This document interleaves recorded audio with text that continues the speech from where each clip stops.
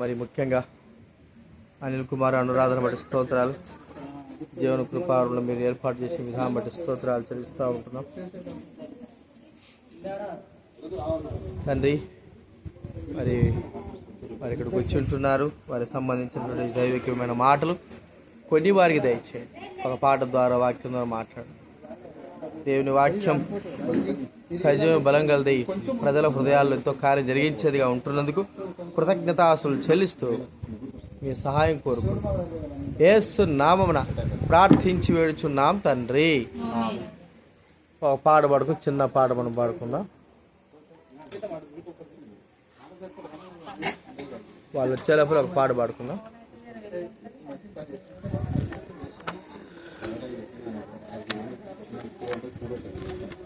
పాట సంఖ్య 5వ పాట మనకు అందరికి వచ్చిన పాట, యెహోవా నా బలమా యథార్థమైంది నీ మార్గం. మొదటి వచనము చివరి వచనం పాడుకుందాం. పాట సంఖ్య 5, యెహోవా నా బలమా యథార్థమైంది నీ మార్గం అనే పాట. మొదటి వచనం చివరి వచనం మనం అందరం కూడా కలిసి పాడుకుందాం.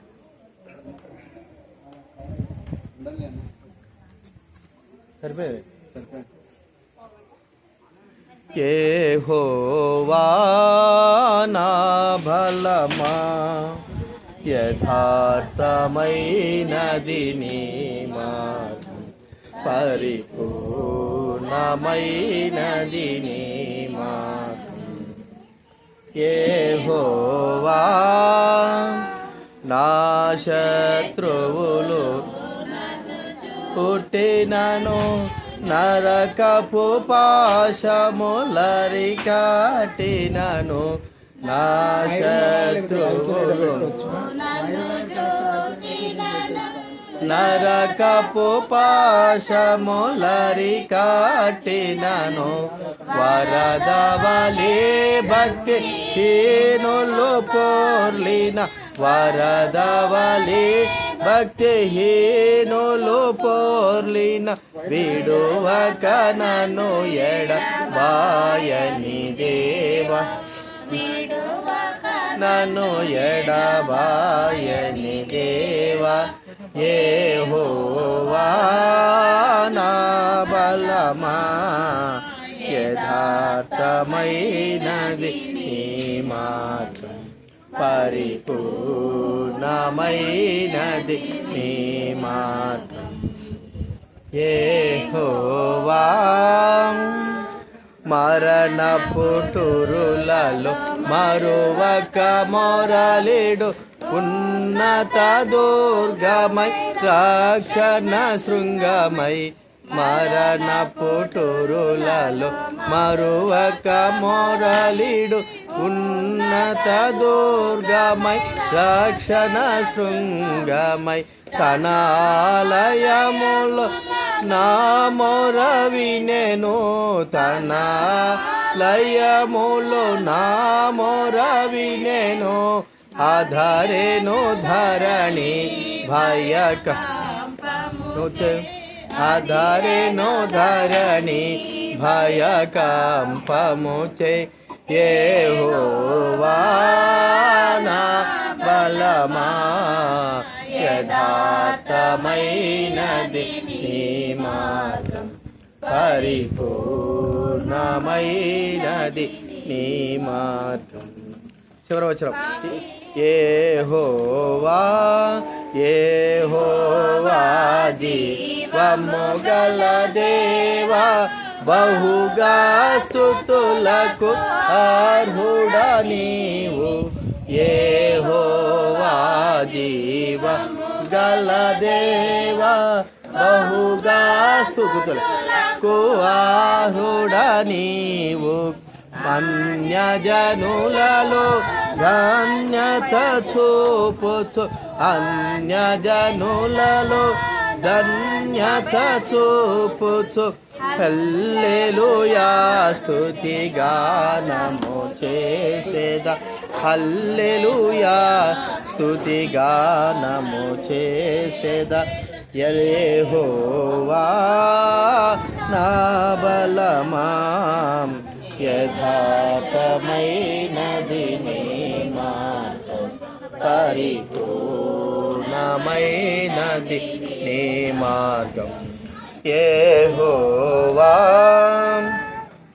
ప్రార్థన చేసుకుందా.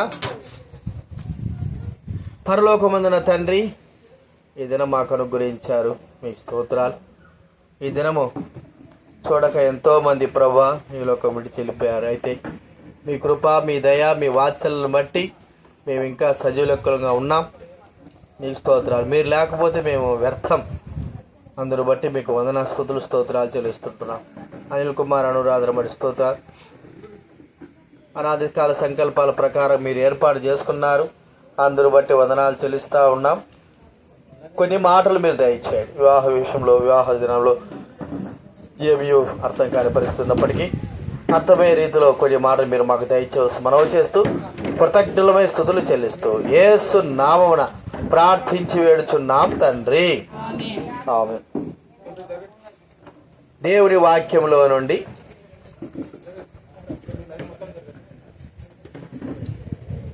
మనకు లోకంలో లోక కార్యాలు ఎక్కువ, దేవుని వాక్యానికి తక్కువ సమయం. కాబట్టి అయితే అలా ఉండకూడదు, కానీ దేవునికి కొంతైనా సరే మన వాక్యమునకు మరి అవకాశం ఇస్తే ఎంతో మంచిది. అలాగని మనం ఎక్కువసేపు చెప్పను, కొద్ది నిమిషాలు. మత్తయి సువార్త, అందరు నా దిక్కు వినాలి. మీరు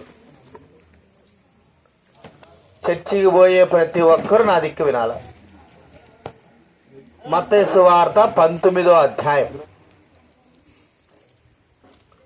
6వ వచనం మనం అందరం కూడా చదువుకుందాం, లేకపోతే వీరిద్దరే చదువుతారు. మత్తయి సువార్త బైబిల్ వెనక నుంచి 19వ పేజీ, 19వ అధ్యాయం 6వ వచనం చదువు. అనురాధ చదువు.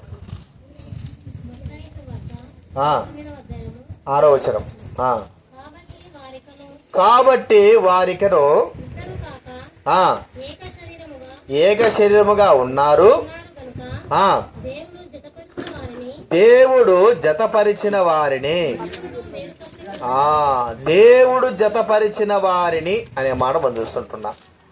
కాబట్టి మొట్టమొదటిగానే దేవుడు జతపరిచాడు. మరి ఆది ఆదాము జతపరిచినట్టుగా వీళ్ళు కూడా అంటే ఒక కుటుంబంగా దేవుడు జతపరిచాడు.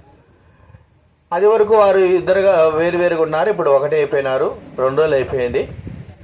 ఇప్పుడు వారి జీవిత యాత్ర ఎలాగ ఉంటుంది అనేది దేవుని వాక్యంలోనే కుటుంబ జీవిత యాత్ర అనేది ఎలాగుంటుందని దేవుని వాక్యంలో వ్రాయబడింది. 3 విధాలుగా మనం తీసుకుందాం.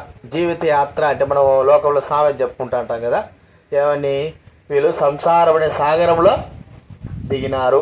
అర్థమైందా మీకు? సంసారం అనేటువంటి సాగరం. రెండవదిగా మనం చూస్తూ ఉంటే వీరి కుటుంబం దేనితో పోల్చబడిందంటే ఇంటితో పోల్చబడింది. ఇంటితో పోల్చబడింది.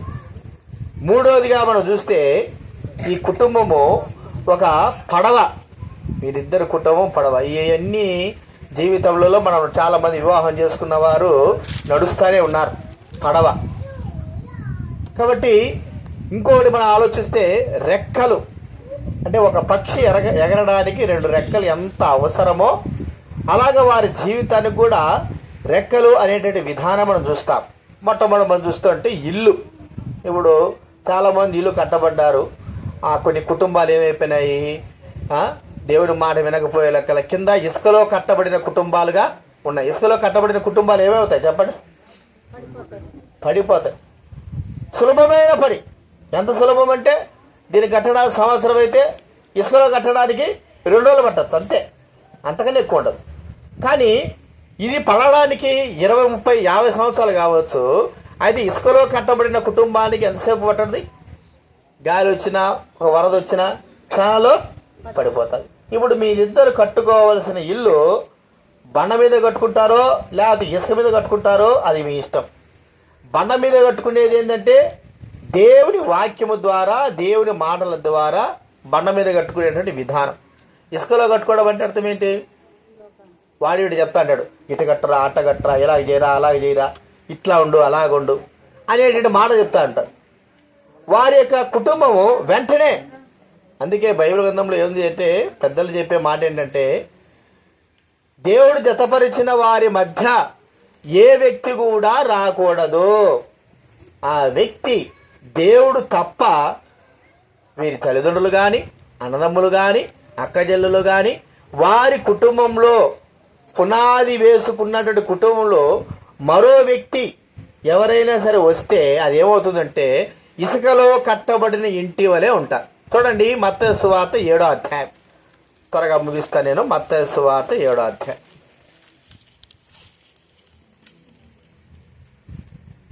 24వ వచ్చే ఎవరు చదవండి, ఎవరైనా 7:24. కాబట్టి ఈ నా మాటలు విని బుద్ధిమంతుని పోలియుండును.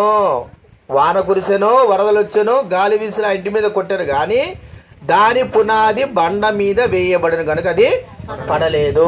ఆ పునాది ఎవరు? బైబిల్ గ్రంథంలో ఉంది. పునాది యేసుక్రీస్తు వారే, బండ కూడా యేసుక్రీస్తు వారే. యేసుక్రీస్తు అనేటువంటి పునాది బండ మీద మీ ఇద్దరు కుటుంబం ఎప్పుడైతే కట్టబడుతుందో ఆ ఇల్లు అది ఏదైనా సరే చిన్నది కట్టుకున్నా పెద్దది కట్టినా అది సంవత్సరాల తరబడి ఉంటుంది. మీరు చూశారు కదా, ఆ గోల్కొండ చూడండి. గోల్కొండ ఎక్కడ కట్టారు? ఎక్కడ కట్టారు చెప్పండి? మట్టి మీదనా? కొండ మీద కట్టారు. అది ఎన్ని సంవత్సరాలు అది కట్టబట్టి చెప్పండి? 500 సంవత్సరాలు అయింది. అర్థమైందా? చెక్కు చెదరకోకుండా ఆ పునాది ఎట్లుందంటే చెక్కు చెదరకోకుండా. ఇప్పుడు మీ ఇద్దరి జీవితాల్లో అనిల్ కుమార్ అర్థం చేసుకుందా? మీ ఇద్దరి జీవితాల్లో యేసు ప్రభు అనేటువంటి పునాది లేకపోతే, యేసు ప్రభు అనేటి బండ అని ఆయన లేకపోతే ఏమవుతుందంటే ఇసుకలో కట్టుకున్న కుటుంబం లాగా తయారవుతుంది. కాబట్టి మీరిద్దరు ఏం చేయాలా? యేసు ప్రభువును మూడో వ్యక్తిగా మీ కుటుంబంలో రమ్మని వేడుకోవాలా.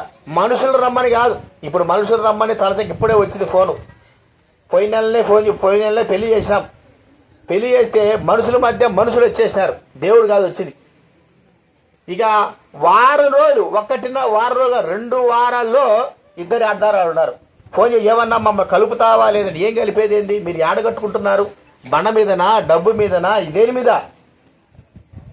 దేవుడు లేడు, డబ్బు ఉన్నది, ఆస్తులు, ఉద్యోగాలు వీటిపైన ఉంది. కానీ వారి కుటుంబము బండ అనేటువంటి క్రీస్తు పైన వారి కుటుంబము లేదు. ఇప్పుడు మీరిద్దరు ఏం చేయాలి చెప్పండి? బండనే క్రీస్తు పైన ప్రార్థన చేసినావు. నువ్వు చేసినావు? పాత్ర లేదు, ఏం లేదు. పెళ్లి జరిగింది, ఇదో సంతోషం, అంతేనా? లేచిన తర్వాత ప్రార్థన, సరే పడుకునేటప్పుడు ప్రార్థన, బైబిల్ చదవడం. ఎందుకంటే కుటుంబంలో కట్టాలి, కుటుంబం సాఫీగా నడవాలి అంటే ఖచ్చితంగా దేవుని వాక్యము, దేవుని మాటలు మీ కుటుంబంలో ఉండి తీరాలా కదండి. ప్రతి క్రైస్తవుడి కుటుంబంలో ఏముండాలి? ఏముండాలమ్మా? ప్రార్థన ఉండాలా. కుటుంబంలో ఇంకోటి ఏంటన్నా? వాక్యం. దైవబిడ్డలు పెద్దలు చెప్పేది ఏంటంటే వారి కుటుంబంలో దేవుడు అనేటువంటిది ఉండాలి. కాబట్టి మీరిద్దరు ఇప్పటి నుంచి అయినా సరే, 2 రోజులు పోయింది పోనీ, ఇప్పటి నుంచి అయినా మీరు ఏం చేయాలా? ప్రార్థన చేసుకోవాలా, బైబిల్ చదువుకోవాలా. మీ కుటుంబంలో మీ ఇద్దరి మధ్యకు ప్రభా నీవు మాత్రమే రా, మనిషి వద్దు, మనిషి అనే వ్యక్తి ప్రవేశించొద్దు. అమ్మ కానీ, అక్క కానీ, అన్న కానీ, చెల్లెలు కానీ ఎవరొద్దు. ఎందుకంటే వీరందరూ ఇప్పుడు అన్న, అక్క, చెల్లెలందరూ, నేను మన పోయిన నెల పెళ్లి చేసేటోళ్ళు అన్న, అక్క, చెల్లెలందరూ ఏం చేశారంటే ఇద్దరు ఎడగొట్టారు. మమ్మల్ని గడపమంటారు, వాళ్ళు ఎడగొట్టేది మమ్మల్ని గడపమనేది. మేమేమైనా చేసేది చెప్పండి? అర్థమైందా? మీ కుటుంబంలో ఏం చేయాలి చెప్పండి? ఎవరు ఉండాలా? దేవుడు ఉండాలి. ఎవరైనా సరే మీరు, అందుకే బైబిల్ గ్రంథంలో దేవుడు జతపరిచిన వారిని మనుషుడు వేరుపరచకూడదు, అంటే మనుషుడు ప్రవేశించకూడదు. క్రైస్తవ జీవితంలో దేవుడు వీరి కుటుంబంలో ప్రాముఖ్యం. కాబట్టి వీరు రక్షింపబడాలి, మారు పొందాలా, బైబిల్ చదువుకోవాలా. అర్థమైందా? నువ్వు కూడా, నేను చిన్నప్పటి నుంచి క్రైస్తవులే, మెథడిస్టులే, అవి కాదు ముఖ్యం. ఈయన కూడా ఉన్నాడు, అది ముఖ్యం కాదు. నీ హృదయంలో దేవుడు ఉండాలా, మీ కుటుంబంలో దేవుడు ఉండాలా. గోడలకు వాక్యం కాదు, మీ హృదయంలో, మీ జీవితంలో దేవుడు ఉంటే ఇక మీ ఇల్లు ఎట్టుంటుందంటే మీ పునాది అదేంటో అదే జేసీబీ ఉంటుంది చూసారా? జేసీబీ వచ్చి కూడా కొట్టినా కూడా కొన్ని ఇల్లులు కోలవు, అంత గట్టిగా ఉంటాయి. అలాగా మీ ఇంటి, మీ సంసారం అనే జీవితం ఎట్లుంటుంది చెప్పండి? గట్టిగా పునాదిగా ఉంటుంది. అర్థమైందా? కాబట్టి మీ కుటుంబం గట్టిగా ఉండాలంటే ప్రాముఖ్యమైనది ఏది? పునాది అయిన యేసుక్రీస్తు వారు మీ జీవితంలో మీ కుటుంబంలో ఉండాలి. ఇది మొట్టమొదటి చూస్తుంటున్నాం. రెండవదిగా మానవులు కుటుంబంగా చేయబడింది దేంతో పోల్చుకుంటారంటే ఒక పడవతో పోల్చుకుంటారు. పడవ కదా, పడవ అంటే ఇంకా పెద్ద తీసుకోవద్దులే, పడవ వద్దులే, తెప్ప వేసుకో. తెప్ప అంటే అర్థం తెలుసా మీకు? చిన్నది ఉంటుంది, చేపలు పట్టేదానికి చిన్న చిన్న చూస్తూ ఉంటారు, గుండ్రంగా ఉంటుంది. ఆ గుండ్రంగా దాంట్లో ఇప్పుడు ఏం చేశారు ఈ ప్రజలు, పెద్దలు, అన్నలు, తమ్ముళ్ళు, నాయనలు ఏం చేశారు? ఇద్దరు తీసుకుపోయి దాంట్లో కూర్చోబెట్టారు, నీళ్ళల్లో ఉండి తిప్పలో కూర్చోబెట్టారు. ఇప్పుడు మీ జీవిత నావ అనేది ఏమవుతుంది చెప్పండి? అందరికీ, నీకే కాదు, నాకే కాదు, అందరికీ. అర్థమైందా? అందరికీ జీవితమైనటువంటి సాగరంలో ప్రతి మానవుడు కుటుంబంగా ప్రవేశించాల్సిందే. అయితే ఆ ఎక్కి మనల్ని కూర్చోబెట్టి ఆ యొక్క దాంట్లో ప్రవేశించే సమయంలో మనము ఎలాగుండాలా? తప్ప ఏమిటి? నీళ్లు ప్రవేశించినంత వరకు, నీళ్లు దాంట్లో రానంత వరకు ఎంత బరువైనా సరే ఏం చేస్తా చెప్పండి? అర్థమైందా మీకు? చూసినారు కదా, తప్పని చూసారా? చూసినా కదా, నీళ్లు రానంత వరకు ఎట్లుంటుంది? ఎంతమంది కూర్చున్నా కూడా గట్టిగానే ఉంటుంది. ఎప్పుడైతే సన్నటి రంధ్రం పడింది అనుకో, సన్నటి రంధ్రం ఏమైపోతుంది? ఆ తెప్ప నీళ్ళు వస్తూ ఉంటే మన బరువు నీళ్ళ బరువు కలిగి ఏమవుతుంది? ప్రపంచంలో టైటానిక్ తయారు చేశాడు కదా ఒక ఆయన, పేరేం పేరు గుర్తులేదు, 100 సంవత్సరాలు అయిపోయింది టైటానిక్ మునిగిపోయి.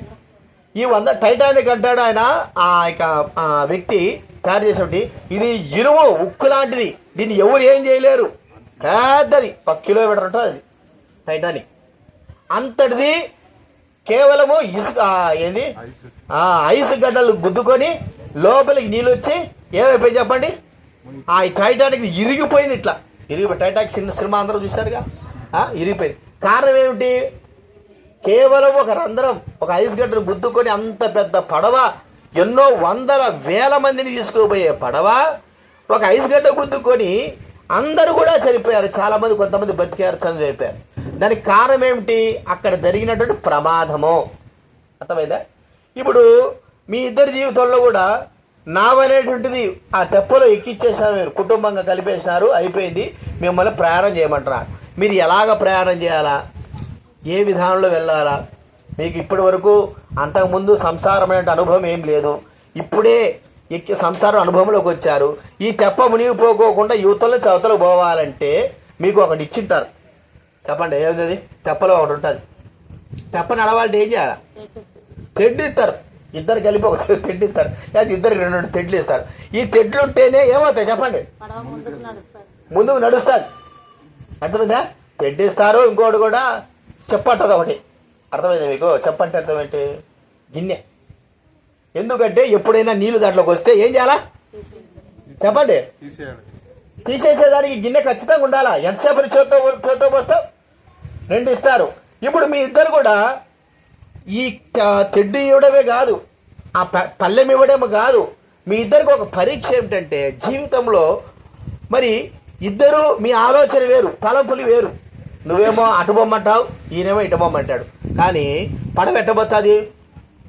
ఒకవైపు అంటే ఒకరు ఇంకొక వైపు అంటే ఎట్టబోతుంది చెప్పండి? పడవ ఎట్టుపోదా అంటే ఉంటుంది కదా. ఇద్దరికి ఒకటే ఏకాభిప్రాయం ఉంటేనే ఇద్దరు ముందుకు పోదామా? ముందుకేసి. వెనక్కి పోదామా? వెనక్కేసి. అర్థమైందా? లేకపోతే ఎట్టుంటుంది చెప్పండి? పడవ ఆడే ఉంటుంది. రెండోదిగా ప్రమాదవశాత్తు దానికి రంధ్రం పడింది అనుకో, ఏమవుతుంది?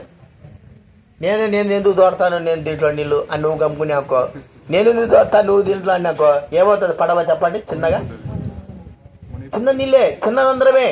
జీవితంలో కూడా అలాగే ఉంటుంది. ఒకరికొకరు ఏకాభిప్రాయం, ఏదైనా చేయాలనుకో, పని చేయాలనుకో ఏకాభిప్రాయం, ఏదో ముందుకు కొనసాగాలనుకో ఏకాభిప్రాయం, ఒక ఇల్లు కొనాలనుకో ఏకాభిప్రాయం. తర్వాత కుటుంబంలో చిన్న చిన్న సమస్యలు, చిన్నటే రంధ్రాలు లాంటివి ఉంటాయి. అవి మరి ఏం చేయాలి చెప్పండి? వాటిని అప్పటికప్పుడే పూర్తి చేసుకోవాలా? ఉంది ఇదేమో చిన్నదే కదా అనుకుంటే ఆ చిన్న రంధ్రం ఏం చేస్తుంది? మన పెద్ద పడవను ముంచేయడం కనుక, మన కుటుంబాన్ని ముంచేయడం కూడా మనం కూడా ఏమైపోతామో చెప్పండి? మునిగిపోతాం. ఆ చిన్న రంధ్రాలంటే ఏంటి? చిన్న గొడవలు. ఏం పెద్దటేం కావు, పెద్దటి కావు, చిన్నటే. ఆ చిన్న గొడవలను మనం ఏం చేయాలంటే ఎప్పటికప్పుడు ఏం చేయాలి? అక్కడ ఆ రంధ్రాలు పూర్తి చేసుకుని నీళ్ళు ఎత్తేసుకోవాలా, రంధ్రాలు పూర్తి చేసుకుంటే ఎంత దూరమైనా పోతారు. కాబట్టి దేవుని వాక్యం కూడా అదే మనకు చెప్పేది ఏంటంటే ఎన్నో శ్రమలు వస్తాయి. బైబిల్ గ్రంథం చెప్పింది వివాహం చేసుకున్న వారికి శరీర సంబంధమైనటువంటి శ్రమలు వస్తాయి. వాటిలో విజయం కావాలంటే ప్రభువైన యేసుక్రీస్తు వారి మార్గం మనకు అవసరము. క్షమాపణ 2 విషయాలు, క్షమించుకోవాలా, ప్రేమించుకోవాలా, లోబడాలా. అర్థమైంది మీకు? ఇప్పుడు ఏమర్థమైంది చెప్పండి, మీరు ఇద్దరు చెప్పండి. చివరిగా ఏంది? క్షమించుకోవాలి. కుటుంబంలో సాధిక జరగాలంటే ఏం చేయాలా? క్షమించుకోవాలా, చెప్పండి, ప్రేమించుకోవాలా, ఇంకోటి ఒకరినొకరు అర్థం చేసుకోవాలా. ఇద్దరు ప్రేమించుకోవాలా, ఇద్దరు క్షమించుకోవాలా, ఒకరినొకరు ఏం చేయాలా? ఇద్దరు అర్థం చేసుకుంటేనే కానీ మన జీవితనావా కొనసాగు. కాబట్టి మన జీవితంలో ఈ 2 విషయాలు ఇప్పటి నుంచి టైం ఇట్టి అంటున్నాడు. కాబట్టి ఒకటి ఇంకోటి చెప్పమంటారా వద్దా?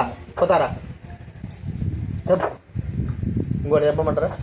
సరే, ఇంక మా ఇష్టం కాదు, ఇప్పటికే టైం ఇట్టి అంటున్నాడు. సరే, ఈ 2 విషయాలు గుర్తు పెట్టుకున్నాడు. దేవుని వాక్యం ప్రాముఖ్యంగా మొట్టమొదటి ఏం చెప్పాను చెప్పండి? బండ మీద ఇల్లు. మీ ఇల్లు కట్టబడి దృఢంగా గట్టిగా ఉండాలంటే క్రీస్తు అనే దేవుడు మీ హృదయాల్లో, మీ జీవితాల్లో, మీ కుటుంబంలో ఉండాలా. ఆయన లేకపోతే డబ్బున్నా, బంగారున్నా, ఆస్తులున్నా, పెద్ద పెద్ద ఇల్లులున్నా, ఏమున్నా కూడా కుటుంబం అనేటువంటి ఇల్లు పునాదులు కట్టబడక దేంతో కట్టబడతాయి చెప్పండి? ఎట్లా కట్టబడతాయి? ఇసుక మీద కట్టబడిన ఇల్లులాగా కట్టబడతాయి. ఇసుక కూడా కట్టుకుంటాం, అయితే అది స్థిరమైంది కాదు. రెండోదికి ఏం చెప్పేసి వచ్చా?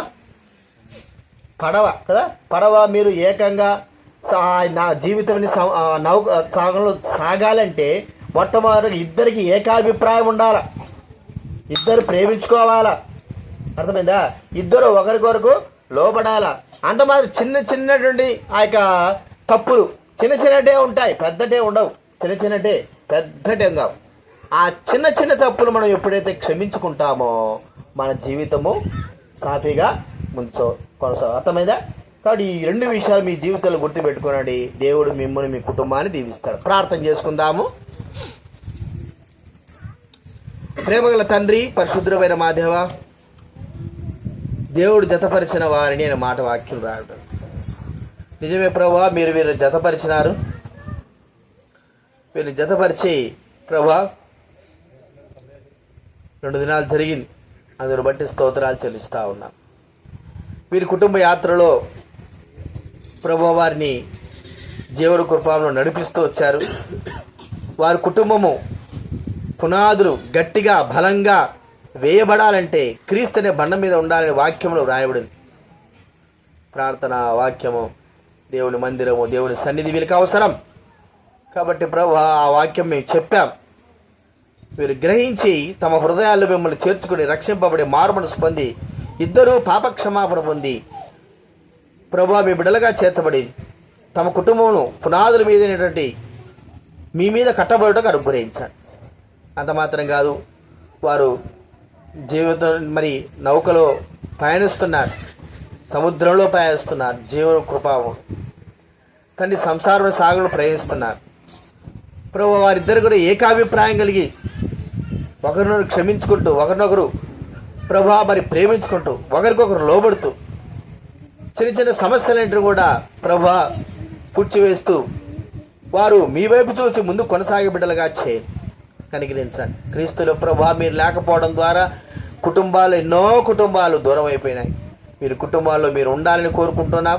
ఇక్కడున్న కుటుంబాల్లో కూడా మీరు ఉండండి, రక్షించండి ప్రభు. ఎవరైతే నిజంగా రక్షణాకారం లేదో, పాప క్షమాపణ లేదో, మారు మనసు లేదో, క్రీస్తునే మీరు వారి హృదయాల్లో లేరో, వారందరి జీవితాలతో మీరు మాట్లాడండి. మా కొరకే ఈ లోకంలో చనిపోయి సమాజం తెలియలేచిన మా పాపాలను క్షమించడానికి ఈ లోకానికి వచ్చాం. ఈ సత్యం తెలిసినప్పటికీ మీకు తమ హృదయాల్లో స్థానం ఇవ్వని వారి హృదయాలతో మీరు మాట్లాడవలసిన మనం చేస్తుంటున్నాం. కనికరించి ఇరువురు కుటుంబాలు దీవించి ఆశించండి ప్రభా. మరి తిరిగి అక్కడ వెళ్తున్నారు ప్రభా, వారు కూడా దీవించి ఆశించండి. బంధుమిత్రులందరూ కూడా ఆశించండి, దీవించండి. వాతావరణం స్వాదించుకునేందుకు స్తోత్రాలు. సురక్షణ తీసుకువెళ్ళాడు. కుటుంబాన్ని కట్టండి, బలపరచవలసిన మనవి చేస్తూ మీరు చేసిన మేలు ఉపకారం బట్టి వందనాలు చెల్లిస్తూ మహిమ ఘనత స్తుతి ప్రభావాలు చెల్లిస్తూ మా ప్రార్థన మీకు స్తోత్రములు చెల్లిస్తూ యేసు నామమున స్తుతించి ప్రార్థించి అడిగి వేడుచున్నాం తండ్రి, ఆమేన్. తండ్రి నా దేవుని ప్రేమ యేసుక్రీస్తు కృపయు పరిశుద్ధాత్మ సహవాసం చేరవచ్చిన మనకు కొత్తగా వివాహమైనటువంటి అనిల్ కుమార్ అనురాధకి ఇప్పుడెల్లప్పుడు సదాకాలం తోడైండు గాక. ఆమేన్. అందరికీ